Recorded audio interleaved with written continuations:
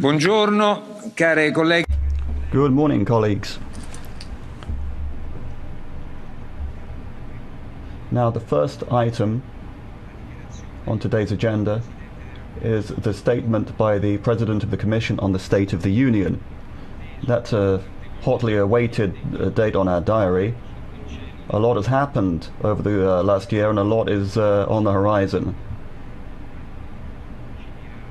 And we're certainly going to be listening very attentively to what Mrs. von der Leyen has to say. So I'll give you the floor straight away. You have the floor, President.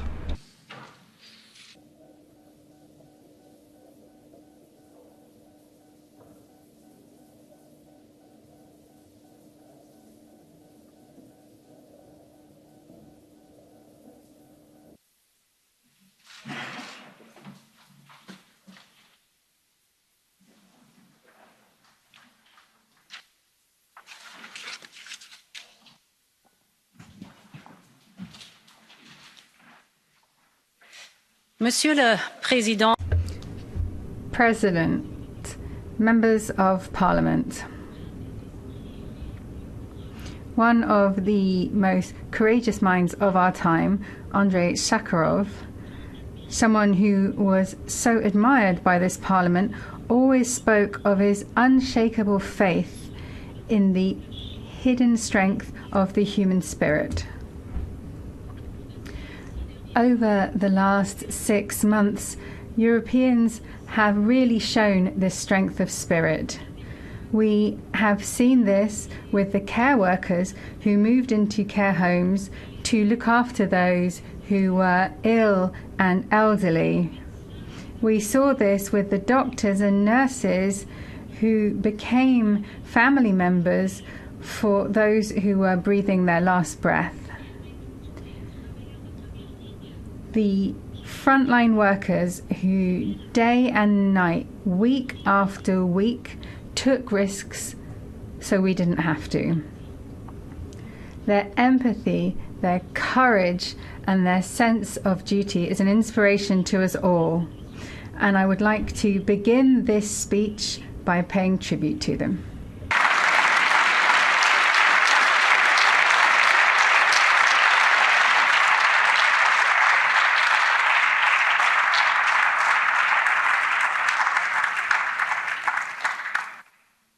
their stories also reveal a lot about the state of our world and the state of our Union. They show the power of humanity and the sense of mourning which will live long in our society. And they expose to us the fragility all around us. A virus 1,000 times smaller than a grain of sand exposed how delicate life can be. It laid bare the strains on our health systems and the limits of a model that values wealth above well-being. It brought into sharper focus the planetary fragility that we see every day through melting glaciers, burning forests, and now through global pandemics. It changed the way we behave and communicate, keeping our arms at length and our faces behind masks. It showed us just how fragile our community of values really is and how quickly it can be called into questions around the world and even here in our Union.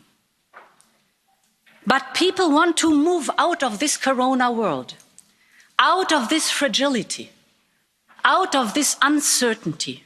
They are ready for change and they are ready to move on.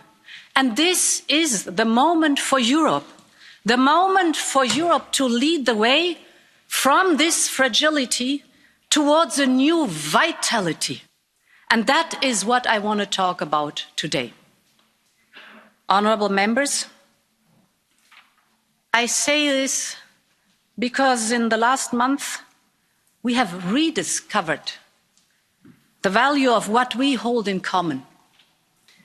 As individuals, we have all sacrificed a piece of our personal liberty for the safety of others. And as a union, we all shared a part of our sovereignty for the common good.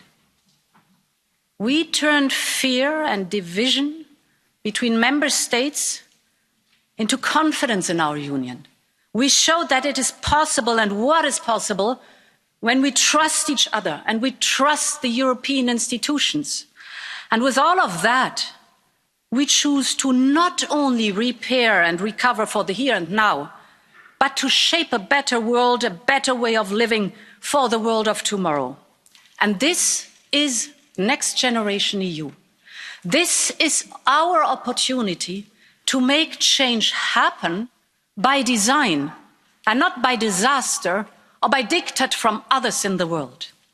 To emerge stronger by creating opportunities for the world of tomorrow and not just building contingencies for the world of yesterday. We have everything we need to make this happen. We have shaken off the old excuses and home comforts. We have the vision, we have a plan, we have the investment. It is now time to get to work. This morning, I've sent a letter of intent to President Sassoli and Chancellor Merkel on behalf of the German presidency, outlining the Commission's plan for the year ahead. I will not present every initiative today, but I want to touch on what our union must focus on in the next 12 months. Honourable members, the people of Europe are still suffering. It is a period of profound anxiety for millions who are concerned about the health of their families, the future of their jobs, or simply getting through till the end of the month. The pandemic and the uncertainty that goes with it is not over, and the recovery is still in its early stage.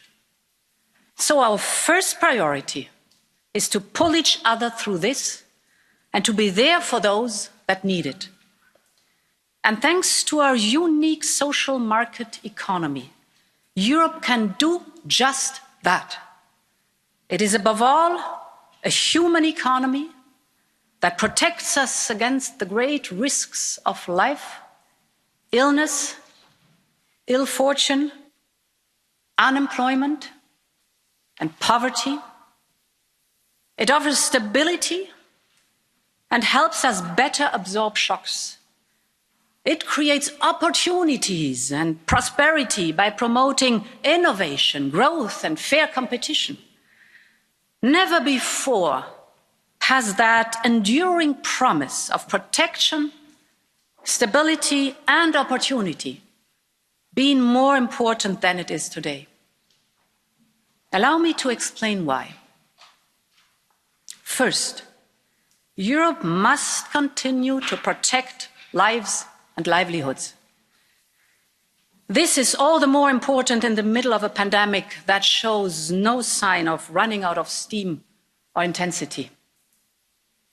We know how quickly numbers can spiral out of control, so we must continue to handle this pandemic with extreme care, responsibility and unity. In the last 6 months, our health systems and workers have produced miracles. Every country has worked to do its best for its citizens, and Europe has done more together than ever before. When the member states closed borders, we created green lanes for goods. When more than 600,000 European citizens were stranded all over the world, the EU brought them back home. When some countries introduced export bans for critical medical goods, we stopped that and ensured that critical medical goods should go where it was needed.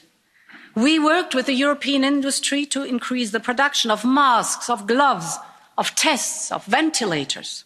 Our civil protection mechanism ensured that doctors from Romania could treat patients in Italy, or that Latvia could send masks to its Baltic neighbours. And we achieved all that without having full competencies. So for me, it is crystal clear. We need to build a stronger European health union. It is time to do that.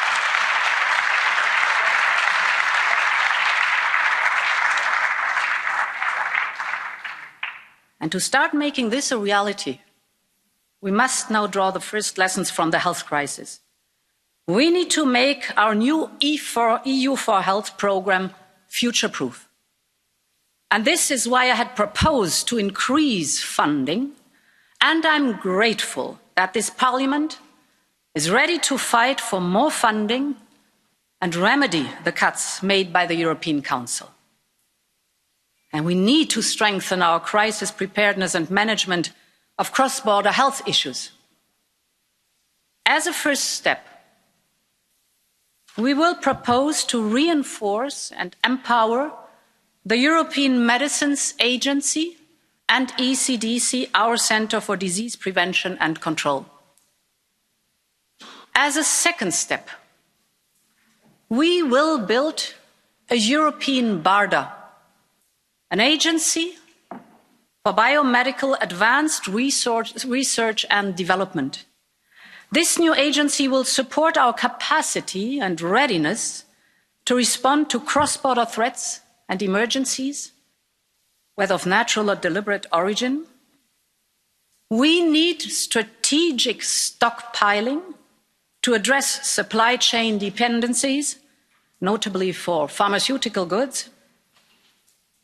And as a third step, it is clearer than ever that we must discuss the question of health competencies. And I think it is a noble and urgent task to do this for the Conference on the Future of Europe.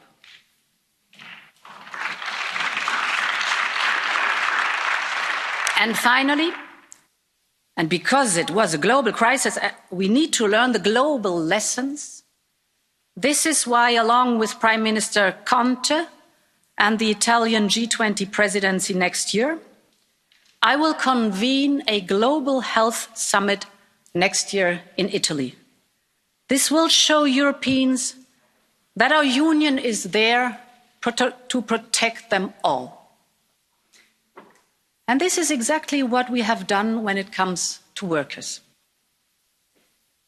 When I took office, I vowed to create an instrument to protect workers and businesses from external shocks.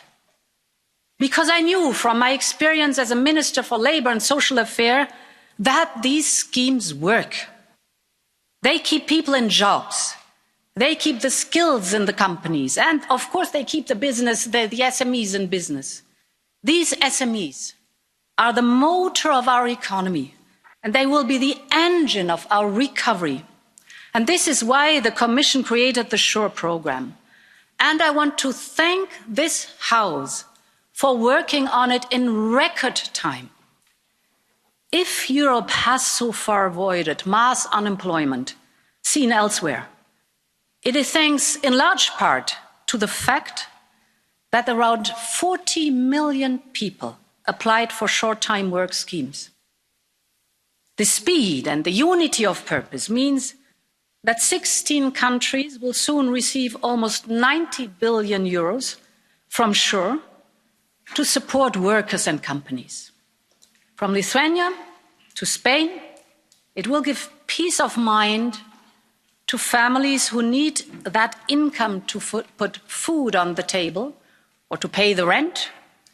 And it will help protect millions of jobs, incomes and companies right across our union. This is real European solidarity in action. And it reflects the fact that in our union, the dignity of work must be sacred. But the truth is that for too many people, work no longer pays. Dumping wages destroys the dignity of work, penalises the entrepreneur who pays decent wages, and distorts fair competition in the single market. And this has to stop. And this is why the Commission will put forward a legal proposal to support member states to set up a framework for minimum wages. Everyone must have access.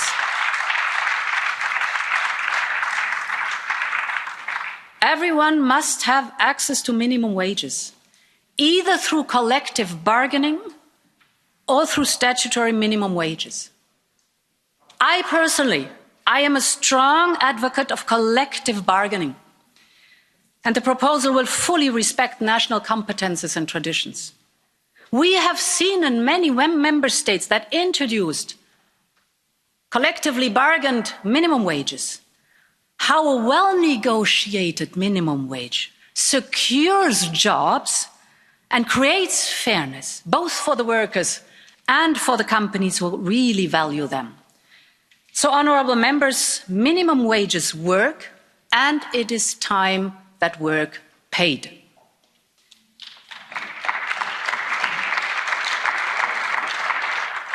The second promise of the social market economy is that of stability.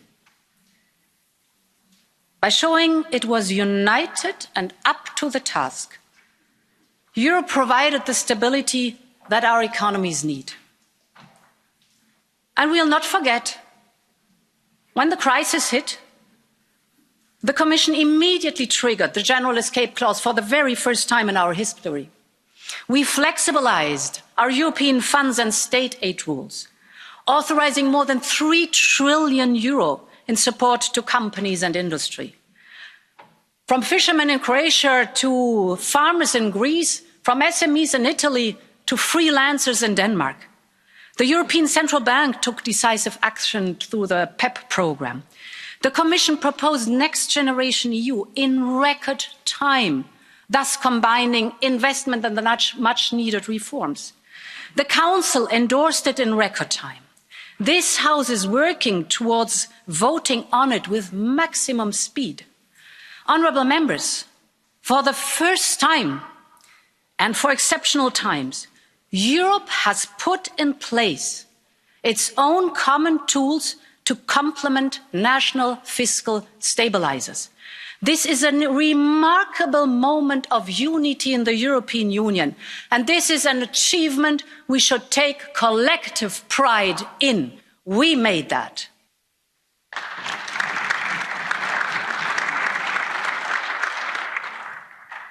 And now it's time to hold our course. We have all seen the forecasts.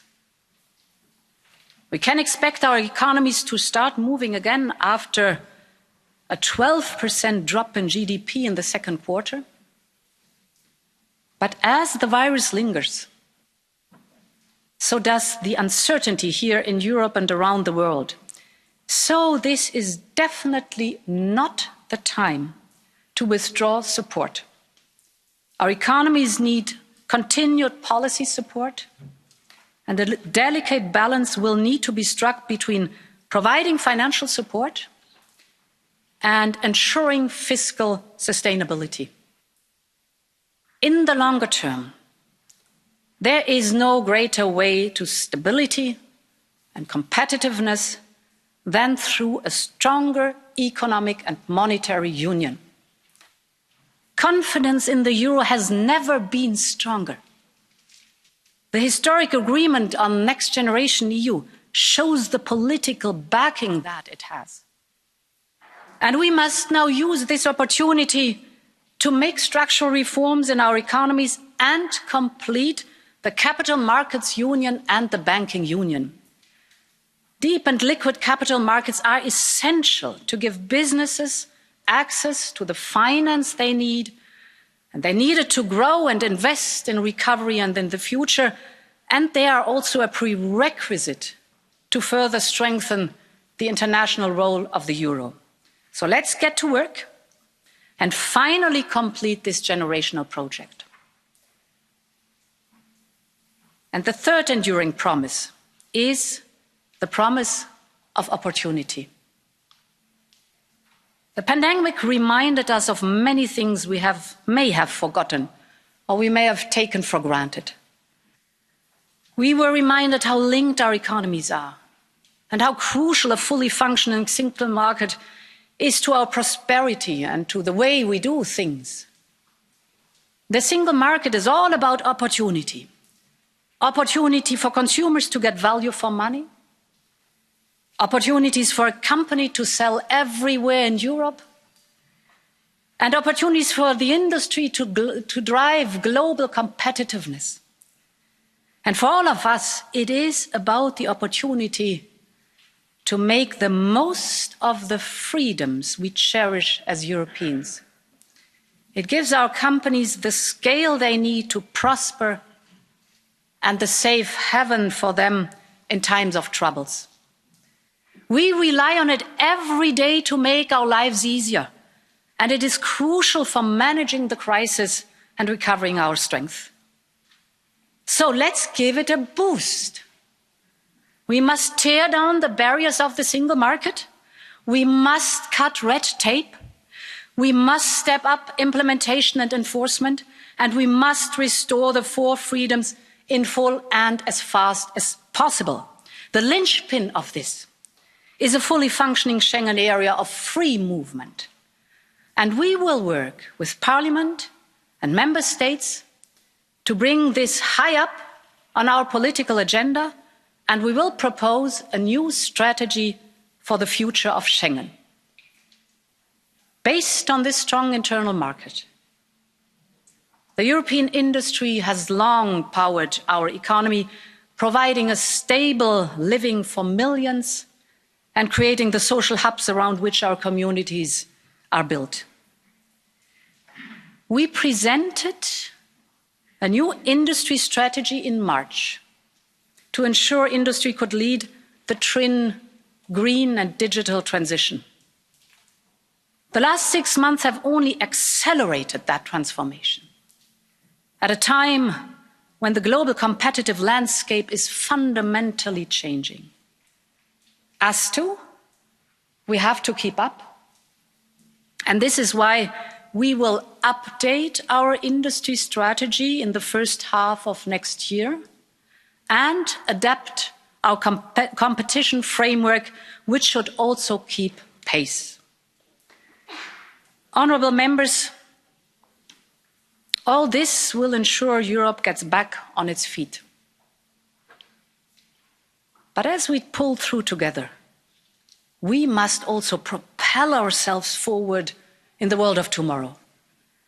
And there is no urgent need for acceleration, no more urgent need for acceleration than when it comes to the future of our fragile planet.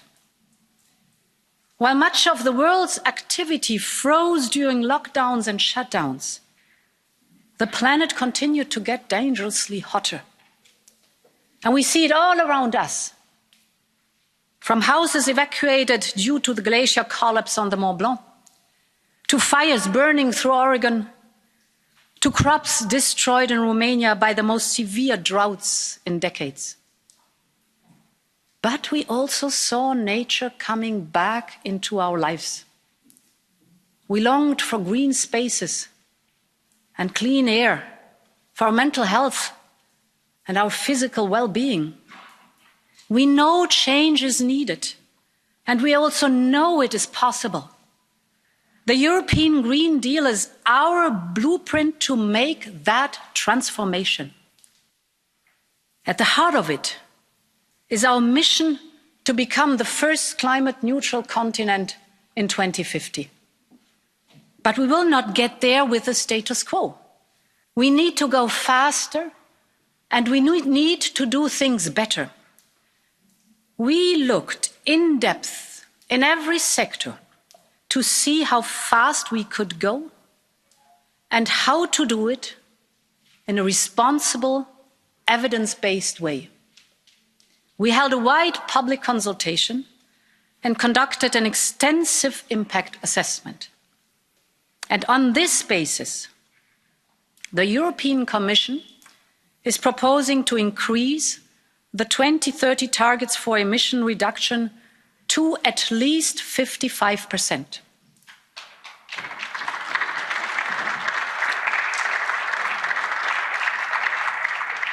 I recognise that this increase from 40 to 55 is too much for some and not enough for others. But our impact assessment clearly shows that our economy and industry can manage this, and they want it. Just yesterday, 170 business leaders and investors, from SMEs to some of the world's biggest companies, wrote to me calling on Europe to set a target at least at 55%. Our impact assessment clearly shows that meeting this target would put the European Union firmly on track for climate neutrality by 2050 and for meeting our Paris Agreement obligations. And if others follow our lead, the world will be able to keep warming below 1.5 degrees Celsius. I'm fully aware that many of our partners are far away from that, but we have to lead. And I will come back to the carbon border adjustment mechanism later. But for us, the 2030 target is ambitious, it's achievable, and it is beneficial for Europe. We can do it. And we have already shown that we can do it. While emissions dropped 25% since 1990, our economy grew more than 60%. The difference is now that we now have the technology, we have way more expertise, and we have the investment. And we are already embarking towards a circular economy with carbon neutral production. We want to be leading in the world on that. We have more young people pushing for change. We have more proof that what is good for the climate is good for business and is good for us all. And we have a solemn promise to leave no one behind in this transformation. With our Just Transition Fund, we will support the regions that have a bigger and more costly change to make. We have it all. Now it's our responsibility to implement it and to make it happen. And I want you at my side, and I invite you for this endeavour, because we only can do it together. This is our mission on the European level, honourable members. Meeting this new target will reduce our energy import dependency, will create millions of extra jobs, and more than halve air pollution. To get there, we have to start now. By next summer, we will revise all of our climate and energy legislation to make it fit for 55. We will enhance emission trading, boost renewable energy, improve energy efficiency, reform energy taxation. But the mission of the European Green Deal involves much more than cutting emissions. This is important. But it is about making systemic modernization across our economy, society and industry. It is about building a stronger world to live in.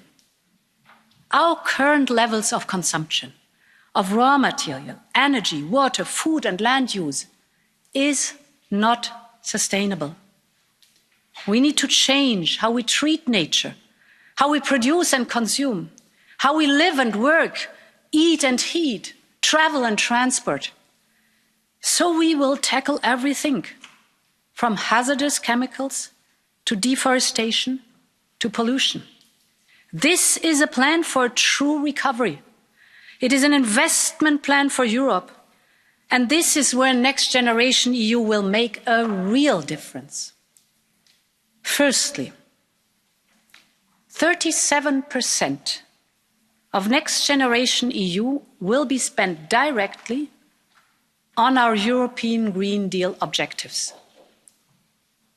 And I will ensure that it also takes green financing to the next level. We are world leaders in green finance, and we are the largest issuer of green bonds worldwide. We are leading the way in developing a reliable EU green bond standard. And I can announce today that we will set a target of 30% of Next Generation EU's €750 billion to be raised through green bonds. Secondly, Next Generation EU should invest in lighthouse European projects with the biggest impact: hydrogen, renovation, and 1 million electric charging points. And allow me to explain how this could work. 2 weeks ago in Sweden, a unique fossil-free steel pilot began test operations. It will replace coal with hydrogen to produce clean steel. This shows the potential of hydrogen to support our industry with a clean license to operate. I want Next Generation EU to create new European hydrogen valleys, to modernize our industries, to power our vehicles, and to bring new life to our rural areas. The second example are the buildings we live and work in. Our buildings generate more than 40% of our emissions.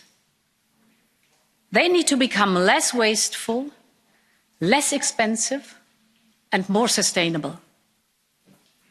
And we know that the construction sector can even be turned from a carbon source into a carbon sink if organic building materials like wood and smart technologies like AI are being used. So I want Next Generation EU to kickstart a European renovation wave and make our union a leader in the circular economy. But this is not just an environmental or economic project. It needs to be a new cultural project for Europe. Every movement has its own look and feel. And we need to give our systemic change its own distinct aesthetics to match style with sustainability. And this is why we will set up a new European Bauhaus, a co-creation space where architects, artists, students, engineers, designers work together to make that happen. This is Next Generation EU. This is shaping the world we want to live in.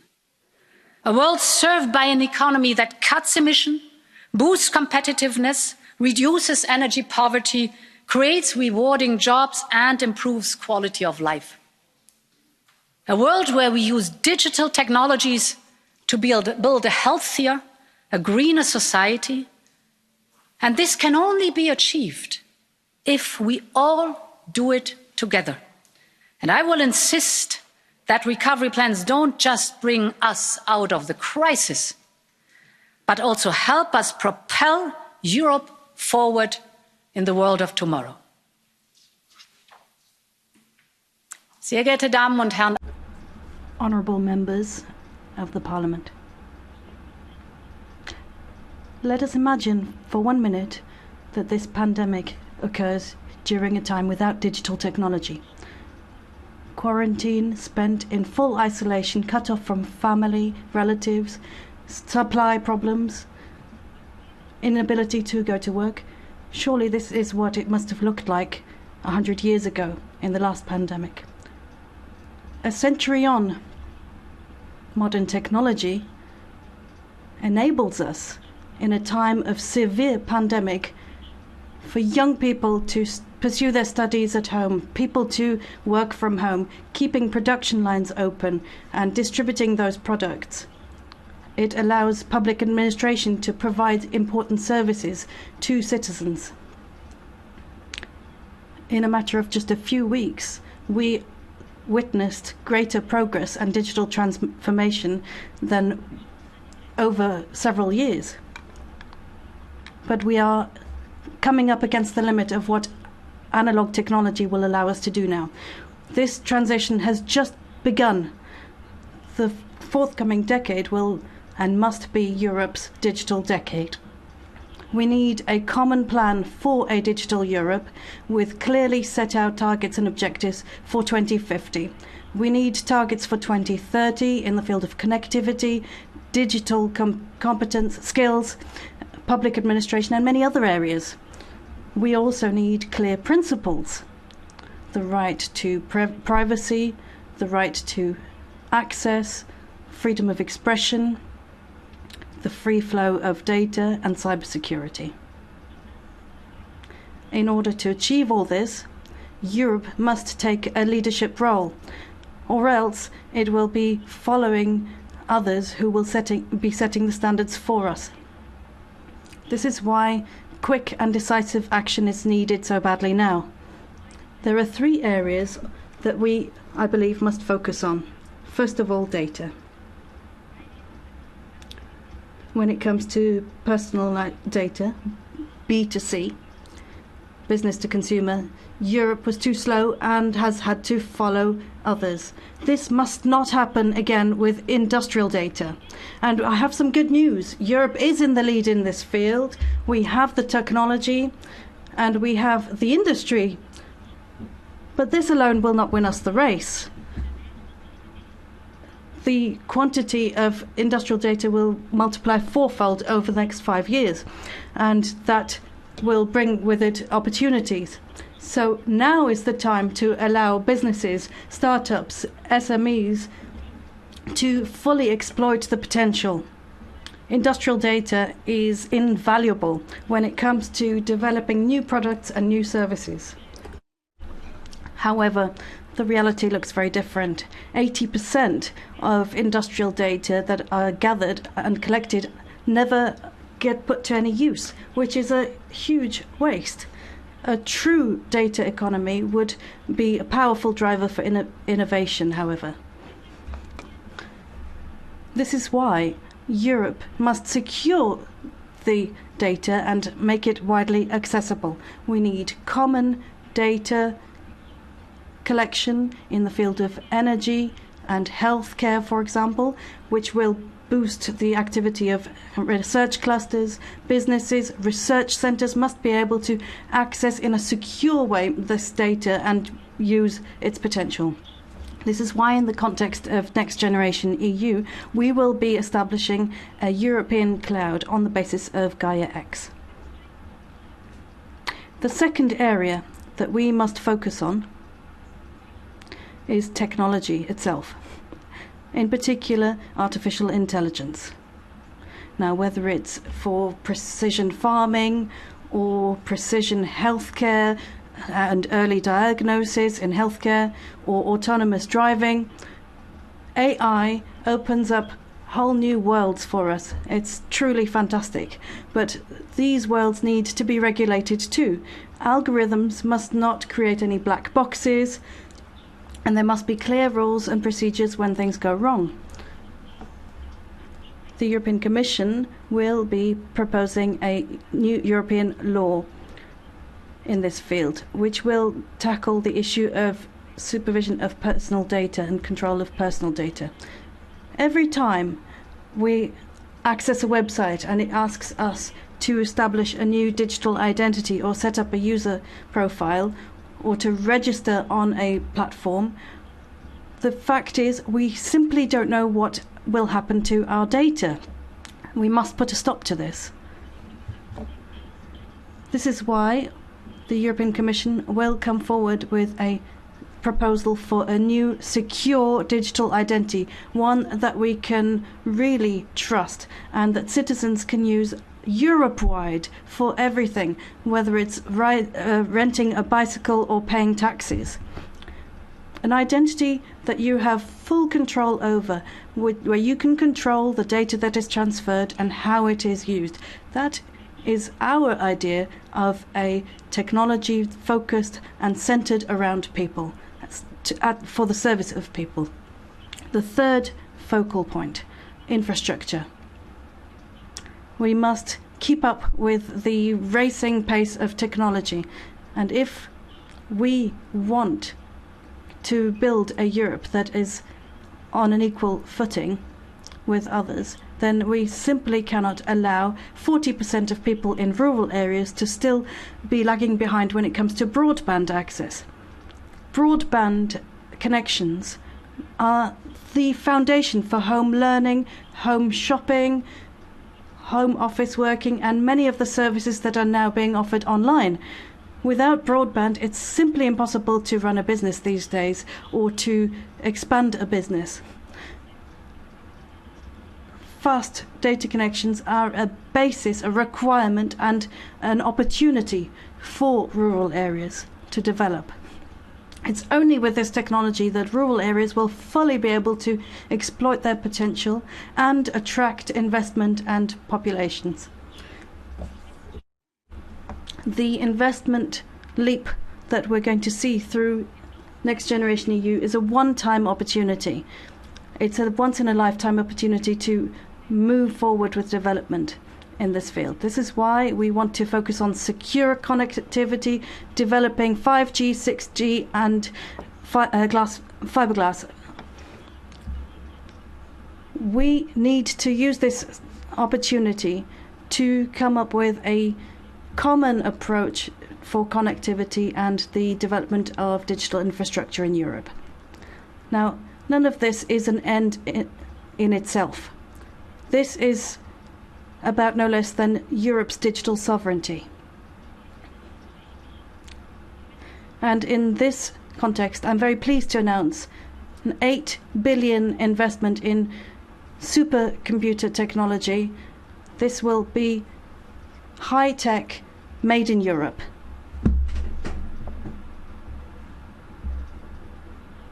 And we wish for European industry to be able to develop its own driver for investment in digital economy, one that will allow us to use data in a way that is energy efficient and secure. All this and more, for me, really is part of this digital Europe. Honourable members, if we really press on the accelerator pedal now, we must ensure that we remain adhere to our principle. We allow that Europe retains control over its future, sets the course for its future. We have everything we need in order to realise this dream.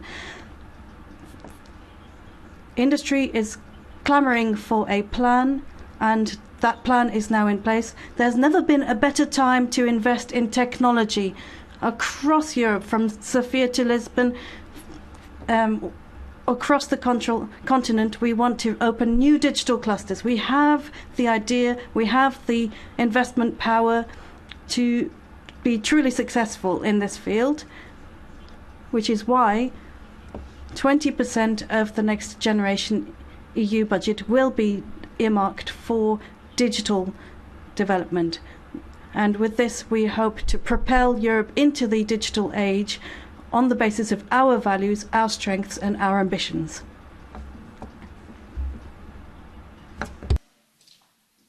Europe is determined to use this transition to build the world we want to live in. And that, of course, extends well beyond our external borders. The pandemic has simultaneously shown both the fragility of the global system and the importance of cooperation to tackle collective change. And in the face of the crisis, some around the world choose to retreat into isolation. Others actively destabilize the system. Europe chooses to reach out. Our leadership is not about self-serving propaganda. It is not about Europe first. It is about being the first to seriously answer the call when it is needed. In the pandemic, European planes delivering thousands of tons of protective equipment landed everywhere, from Sudan to Afghanistan, Somalia to Venezuela. We know none of us will ever be safe until all of us are safe. And we know wherever we live, whatever we have, there has to be access, affordable and safe access to vaccines, treatments and diagnostics. At the beginning of the pandemic, there was no funding, there was no global framework for a COVID-19 vaccine, there was just the rush to be the first one to get one. And this was the moment when the European Union stepped up to lead the global response. With civil society, with G20, with WHO and others, we brought more than 40 countries together to raise 16 billion euros to finance research on vaccines, on tests, on treatments for the whole world. And this is Europe's unmatched convening power we can be so proud of. It is not enough to find a vaccine. We need to make sure that European citizens and those around the world have access to it. And just this month, the European Union joined the COVAX Global Facility and contributed 400 million euro to help ensure that safe vaccines are available not only for those who can afford it, but for everyone who needs it. Because we know vaccine nationalism puts lives at risk. Only vaccine cooperation saves lives.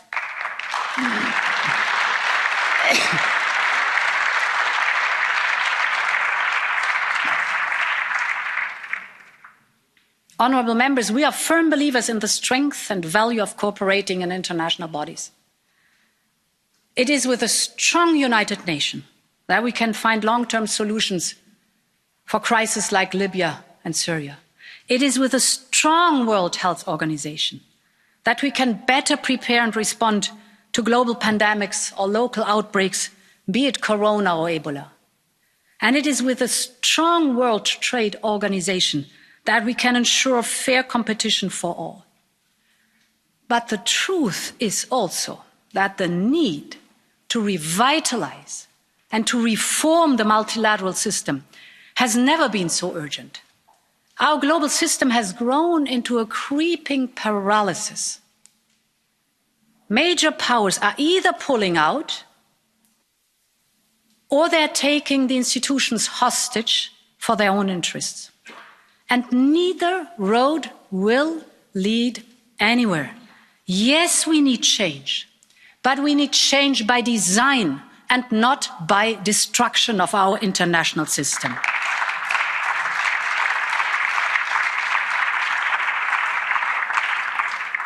And this is why I want the European Union to lead reforms on WHO and WTO so that they are fit for today's world. But we know that multilateral reforms take time, and in the meantime, the world will not stop. Without any doubt, there's a clear need for Europe to take clear positions and quick actions on global affairs. 2 days ago, the latest EU-China leaders meeting took place. The relationship between the European Union and China is simultaneously one of the most strategically important and one of the most challenging we have. And from the outset, we have said China is a negotiating partner, an economic competitor, and a systemic rival.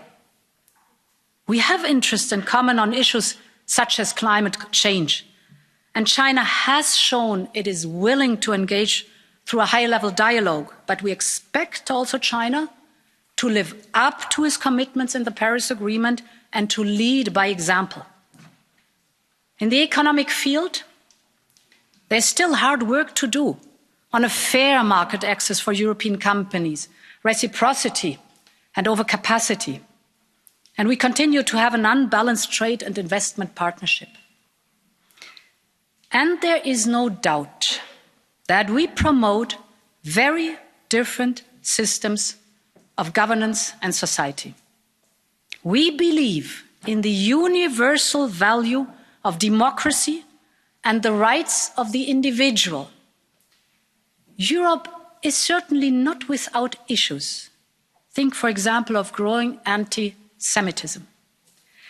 But criticism and opposition, we discuss them here publicly. Criticism and opposition are not only accepted, but they are legally protected. There is an open debate about all these issues. So we must call out human rights abuses whenever and wherever they occur, be it on Hong Kong or be it with the Uyghurs.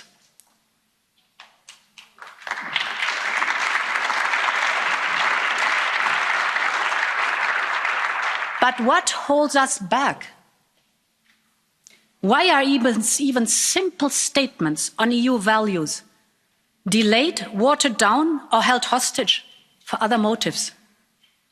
When member states say Europe is too slow, I say be courageous and finally move to qualified majority voting, at least on human rights and sanctions implementation.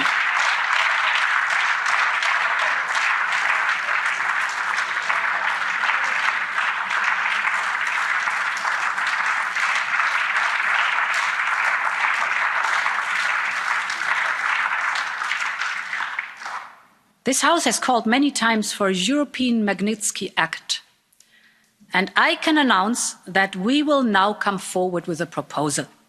We need to complete our toolbox.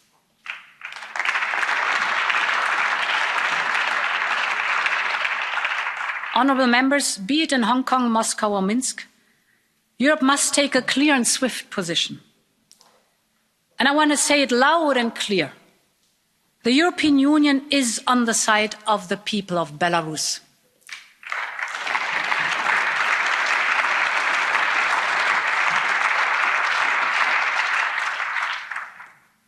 We have all been moved by the immense courage of those peacefully gathering in the Independence Square or taking part in the fearless Women's March.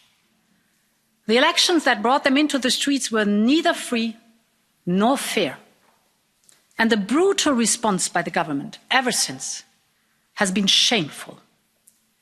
The people of Belarus must be free to decide their own future for themselves. They are not pieces on someone else's chessboard.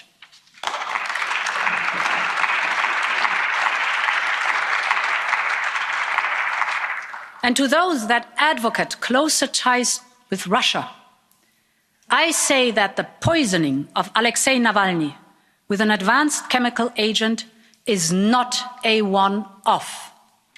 We have seen the pattern in Georgia and in Ukraine, in Syria and Salisbury, and in election meddling around the world. And this pattern is not changing, and no pipeline will change that.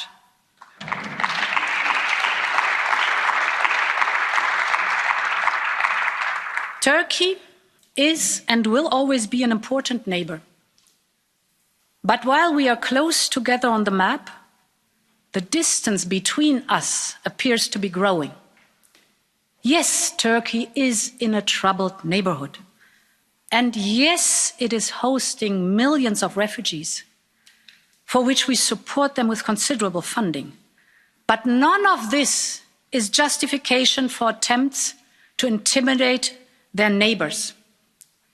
Our member states, Cyprus and Greece, can always count on Europe's full solidarity on protecting their legitimate sovereignty rights.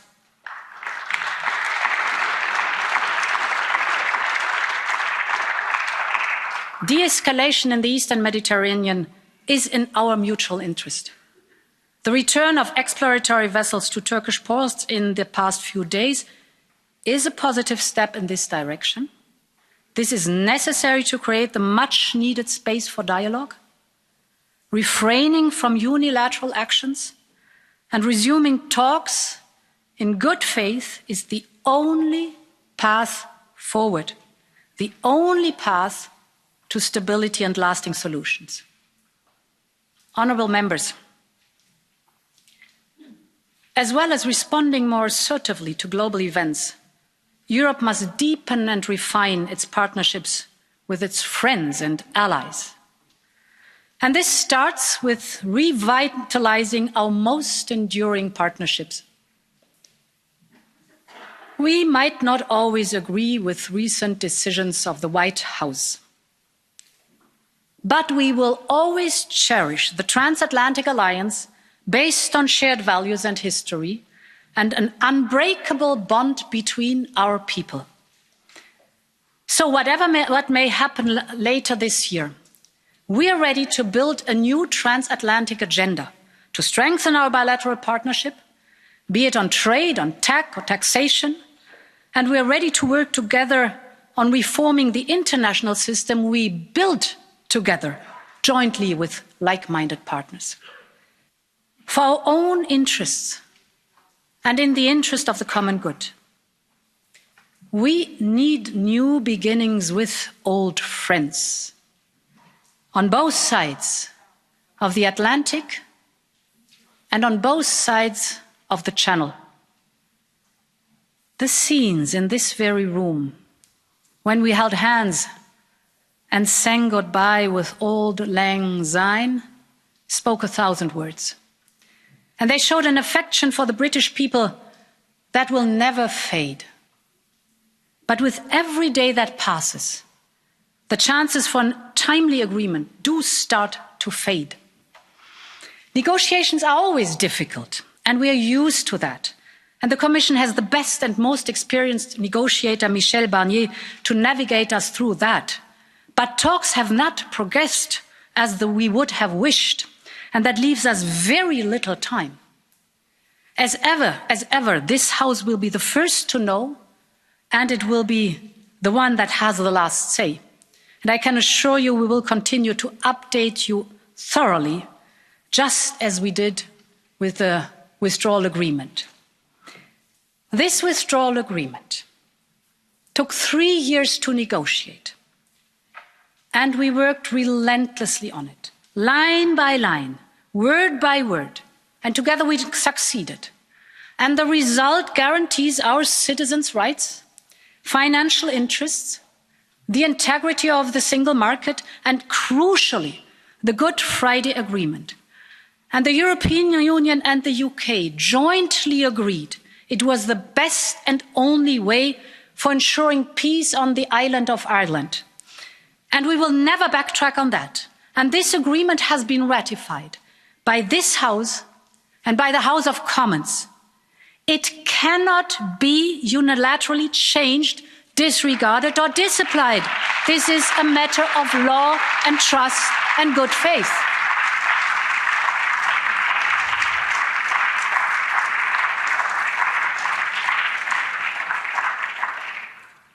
And that is not just me saying it. I remind you of the words of Margaret Thatcher. I quote, "Britain does not break treaties. It would be bad for Britain, bad for relations with the rest of the world, and bad for any future treaty on trade." End of quote. This was true then, and this is true today.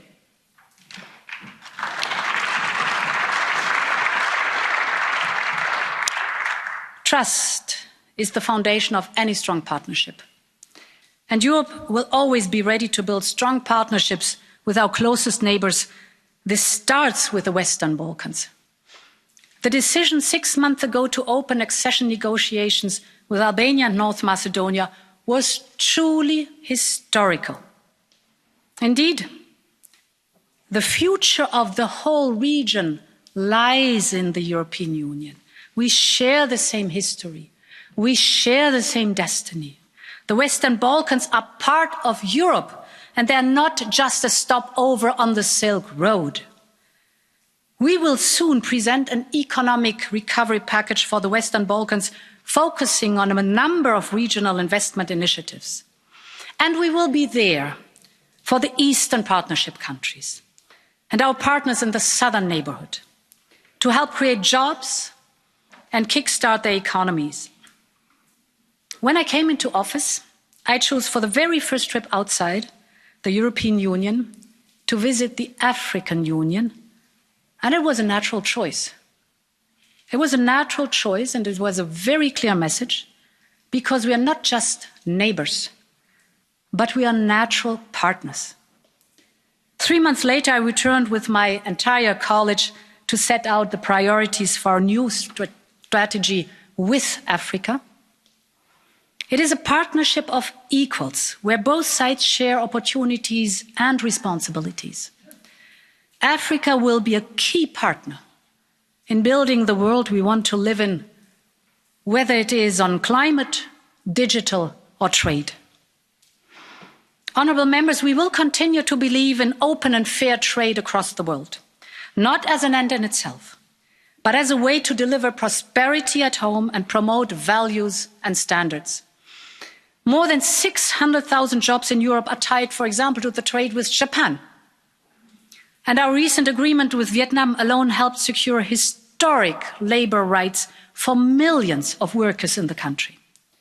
We will use our diplomatic strength and economic clout to broker agreements that make a difference, such as designating maritime protected areas in the Antarctica. This would be one of the biggest acts of environmental protection in history. We will form high ambition coalitions on issues such as the digital ethics of fighting deforestation. And we will develop partnerships with all like-minded partners from Asian democracies to Australia, Africa, the Americas, and anyone else who wants to join. We will work on just globalization. We cannot take this for granted. We must insist on fairness and a level playing field. And Europe will always move forward, alone or with partners, to do that. I want to come back to the carbon border adjustment mechanism. Carbon must have its price, because nature cannot pay this price anymore. And this carbon border adjustment mechanism should motivate foreign producers and EU importers to reduce their carbon emissions, while ensuring that we level the playing field in a WTO-compatible way. The same principle applies to digital taxation. We will spare no effort to reach agreement in the framework of OECD and G20, but let there be no doubt, should an agreement fall short of a fair tax system that provides long-term sustainable revenues, Europe will come forward with a proposal early next year. I want Europe to be a global advocate for that. Honourable members, if Europe is to play a vital role in the world, it must also create new vitality inside. And to move forward, we must now overcome the differences that held us back. The historic agreement on Next Generation EU shows that it can be done. And the speed with which we took decisions on fiscal rules, state aid or SURE, all this shows it can be done. So let's do it. Migration is an issue that has been discussed long enough. Migration has always been a fact for Europe, and it will always be. Throughout centuries, it has defined our societies, it has enriched our cultures, and it has shaped many of our lives. And this will always be the case. As we all know, the 2015 migration crisis caused many deep divisions between member states, with some of those scars still healing today. A lot has been done since, but a lot is still missing. If we are all ready to make compromises without compromising on our principles, we can find a solution. Next week, the Commission will put forward its pact on migration. We will take a human and humane approach. And there are principles. Saving lives at sea is not optional.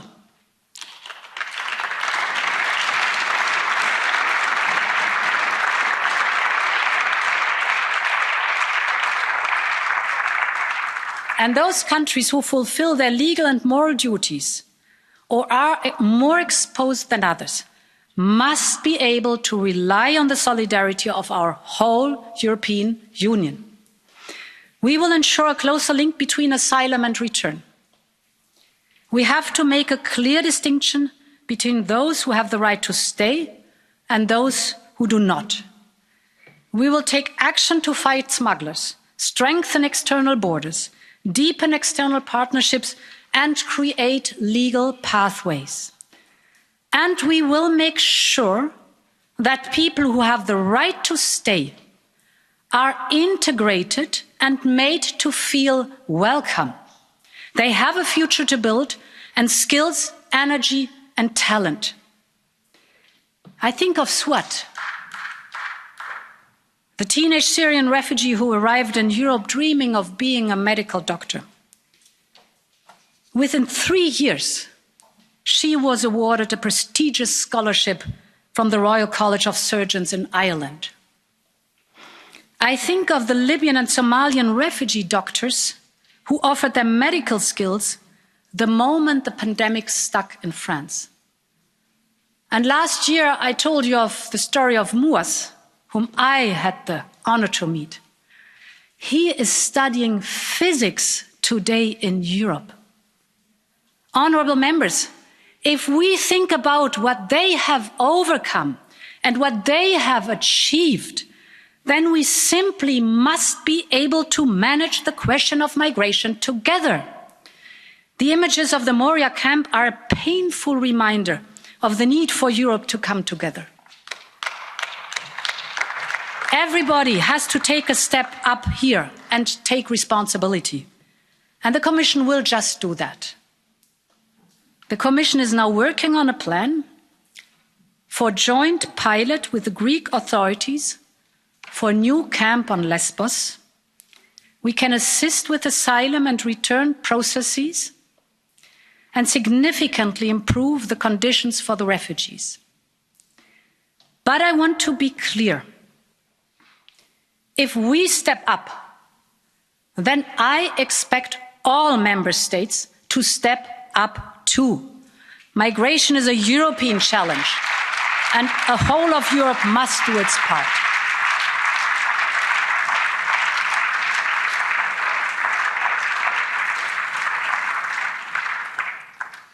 We must rebuild the trust among us and move forward together. And this trust is at the very heart of our union and the way we do things together. It is anchored in our founding values, our democracies, and in our community of law, as Walter Hallstein used to say. This is not an abstract term.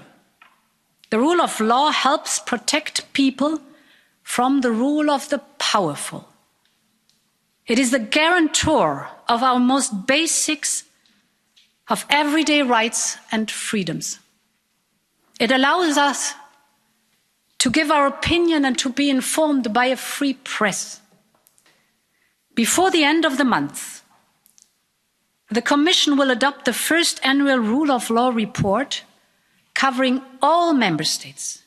It is a preventive tool for early detection of challenges and for finding solutions.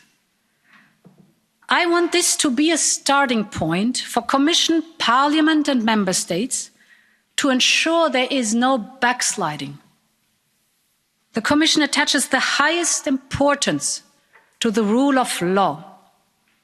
And this is why we will ensure that money from our budget and Next Generation EU is protected against any kind of fraud, corruption or conflict of interest. This is non-negotiable. But the last months have also reminded us how fragile it can be. We have a duty to always be vigilant, to care and nurture for the rule of law, and breaches of the rule of law cannot be tolerated. I will continue to defend it and the integrity of our European institutions, be it about the primacy of European law, the freedom of the press, the independence of the judiciary, or the sale of golden passports European values are not for sale.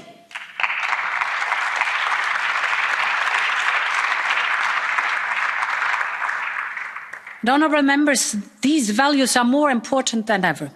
I say that because when I think of the State of the Union, I am reminded of the words of John Hume, one of the great Europeans who sadly passed away this year. If so many people live in peace today on the island of Ireland, it is in large part because of his unwavering belief in humanity and conflict resolution. He used to say that conflict was about difference and that peace was about respect for difference. And as he so rightly reminded this House in 1998, and I quote, "The European visionaries decided that difference is not a threat. Difference is natural. Difference is the essence of humanity." End of quote. And these words are just as important today as they ever have been. Because when I look around, we ask ourselves, where is the essence of humanity when 3 children in Wisconsin watch their father shot by the police while they sit in the car? Where is the essence of humanity when anti-Semitic carnival costumes openly parade in our streets? Where is the essence of humanity when every single day Roma people are excluded from society and others held back simply because of the color of their skin or their religious belief? I am proud to live in Europe in this open society of values and diversity. But even here in this union, these stories are a daily reality for so many people. And this reminds us that progress on fighting racism and hate is fragile. It is hard won, but very easily lost. So now is the moment to make change, to build a truly anti-racist union that goes from condemnation to action. And the Commission is putting forward an action plan to start making that happen. As part of this, we will propose to extend the list of EU crimes to all forms of hate crime and hate speech, whether because of race, religion, gender or sexuality. Hate is hate, and no one should have to put up with that.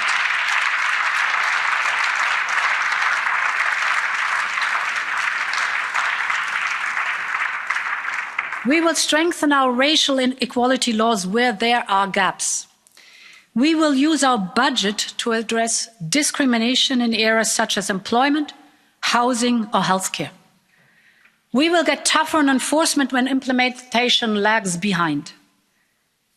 Because in this union, fighting racism will never be optional. We will improve education and knowledge on the historical, cultural causes of racism. We will tackle unconscious bias that exists in people, in institutions, well, yes, and even in algorithms. And we will appoint the Commission's first ever anti-racism coordinator to keep this at the top of our agenda and to work directly with people, civil society and institutions. Honourable members, I will not rest when it comes to building a union of equality. A union where you can be who you are and love who you want without fear and recrimination.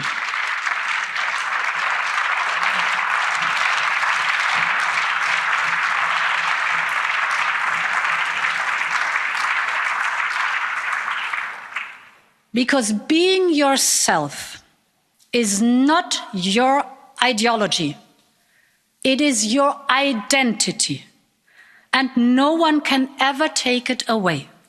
So I want to be crystal clear. LGBTQI-free zones are humanity-free zones, and they have no place in our union.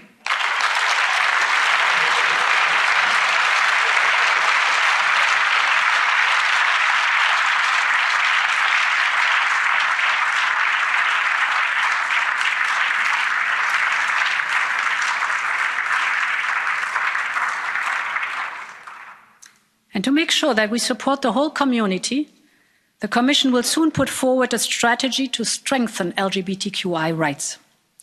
As part of this, I will also push for mutual recognition of family relations in the EU, because if you are a parent in one country, you are of course a parent in every country.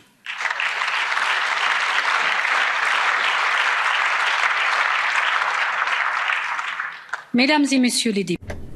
Ladies and gentlemen, members of parliament, this is the world that we want to live in.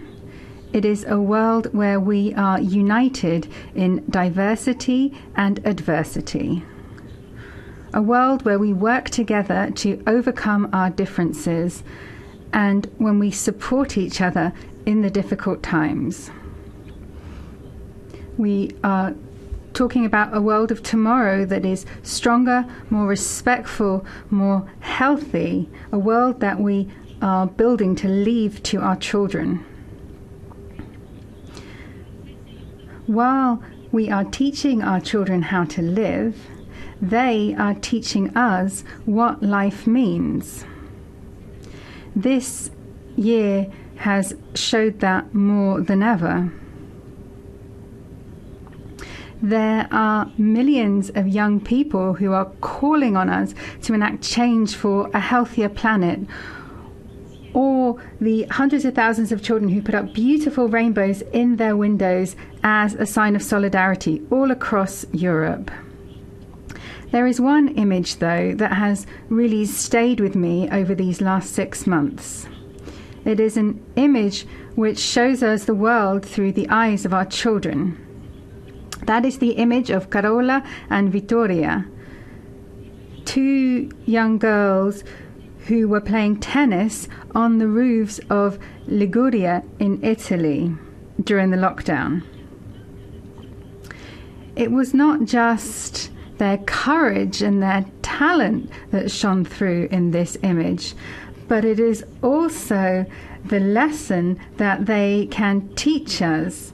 It is a lesson to never give up when faced with obstacles, that you should never let conventions hold you back, and that you should always seize the moment. That is what Carola, Vittoria and all the young people of Europe teach us every day about how to live. This is the future generation of Europeans, next generation EU. This year, Europe has taken up their example and made a step forward together. When we needed to find a way forward for our future, we did not let outdated conventions hold us back. When we felt a fragility around us, we seized the moment to give fresh impetus to our union. When we had the opportunity to go it alone, as we have done in the past, we chose to use the full strength of the 27 to give all 27 a chance for the future. We have shown that we are in this together and that we will overcome this together. Ladies and gentlemen, members of Parliament, the future will be what we make of it, and Europe will be what we want it to be. We should stop trying to break it down and instead build it up to make it stronger and to build the world that we want to live in. Long live Europe. Lang lebe Europa.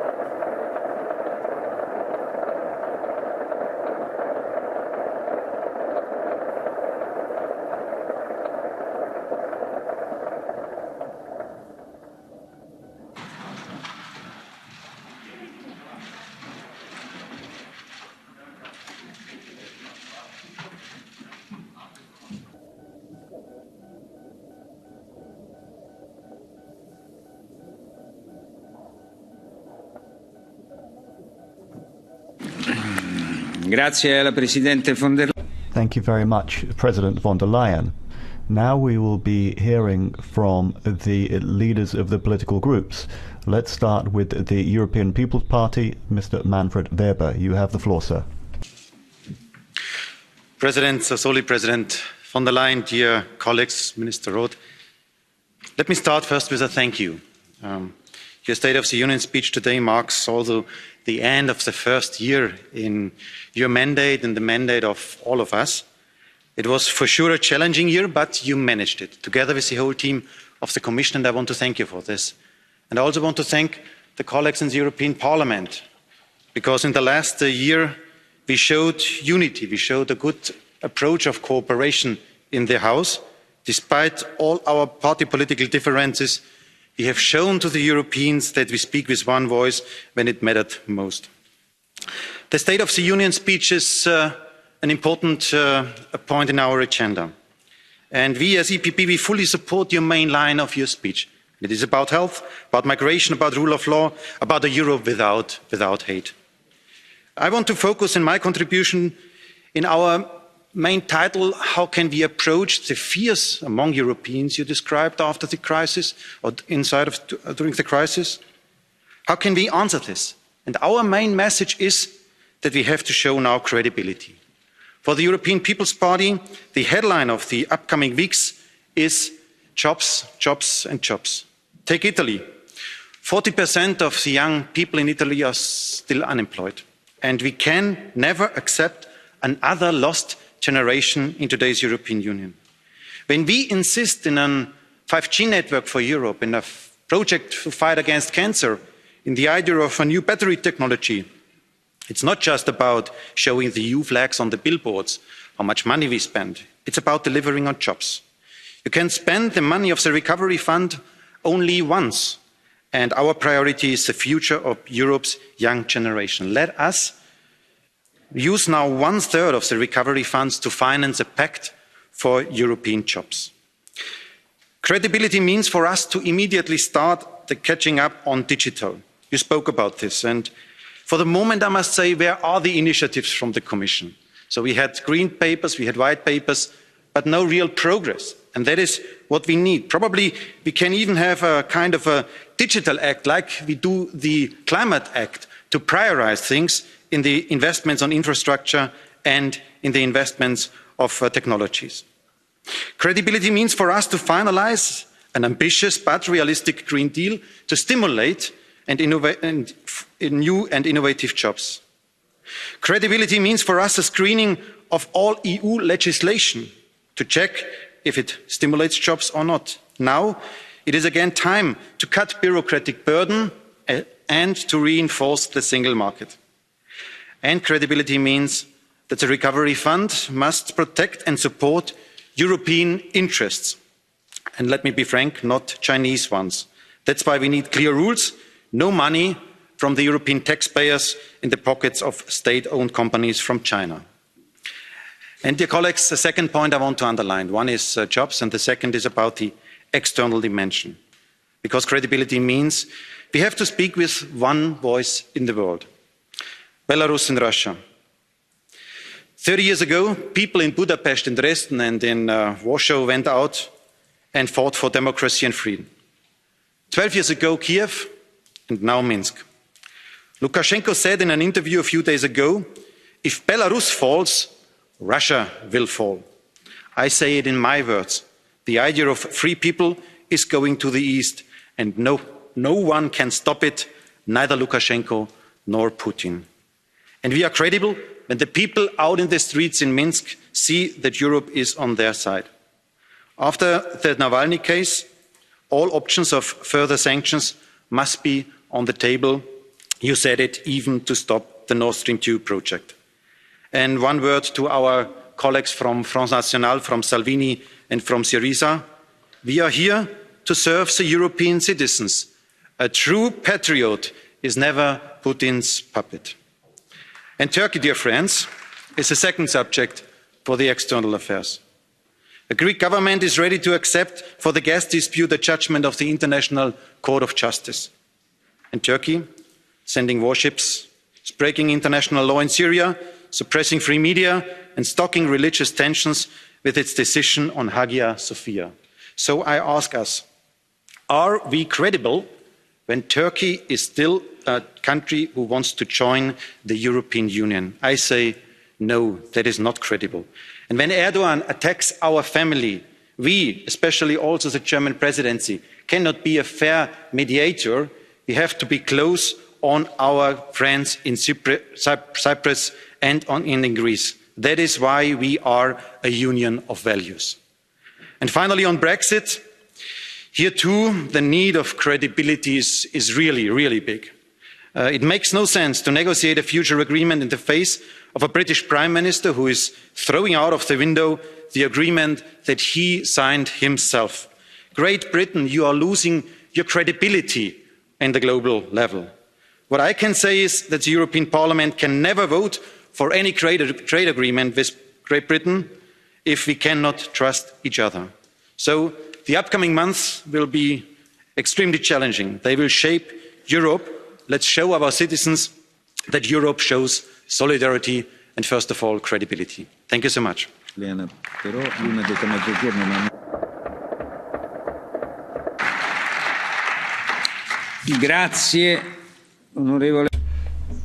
you very much, Mr. Weber.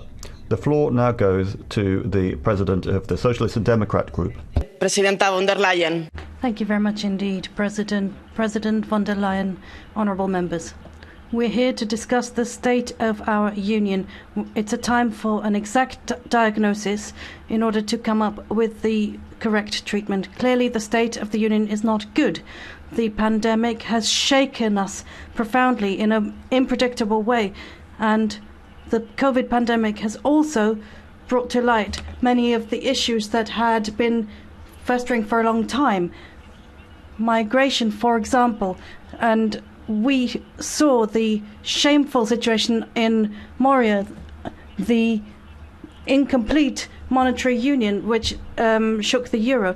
We're seeing some things where we did get it right. The response to this crisis will not be along the lines of what happened in 2008. We are centering it around people and solidarity, not austerity, not in macro conditionality. That is your first address, Ms. von der Leyen, and I thank you warmly for the efforts that you're making to address this Parliament, include this Parliament. A month ago, we wouldn't have had an idea of what was coming our way. We've got the digital transformation. On top of this, health, social and economic impacts of COVID-19. And all of this is happening in a context of great uncertainty. If we don't rise to this challenge, we will be feeding anti-European rhetoric and giving them strength. So let us also think about the conference on the future of Europe, but we cannot sit back and wait for the outcome of this. Europe wants an answer now, and we cannot disappoint European citizens now. I talked about own resources and financial transaction tax, for example. We cannot allow tax revenue and the main burden to fall on workers and not on major